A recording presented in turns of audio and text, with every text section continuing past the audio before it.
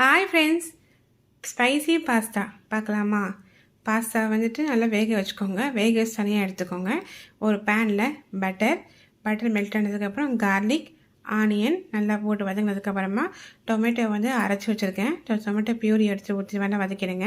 வதக்கினதுக்கப்புறமா chilli flakes, oregano, chilli powder and மஞ்சத்தூள், salt இதெல்லாம் போட்டு நல்லா வதக்கினதுக்கப்புறமா லைட்டாக அந்த மசாலா அந்த எல்லாம் வேகிறதுக்காக நல்லா கொஞ்சம் லைட்டாக தண்ணி ஊற்றி நல்லா வதங்கினதுக்கப்புறம் அதில் டொமேட்டோ கெச்சப் இருக்கு இல்லைங்களா, ஸோ அதை போட்டு நல்லா வதக்கினதுக்கப்புறமா பால், சீஸு இதெல்லாம் போட்டு நல்லா மிக்ஸ் பண்ணதுக்கப்புறம் நல்லா க்ரீமியாக வரும்.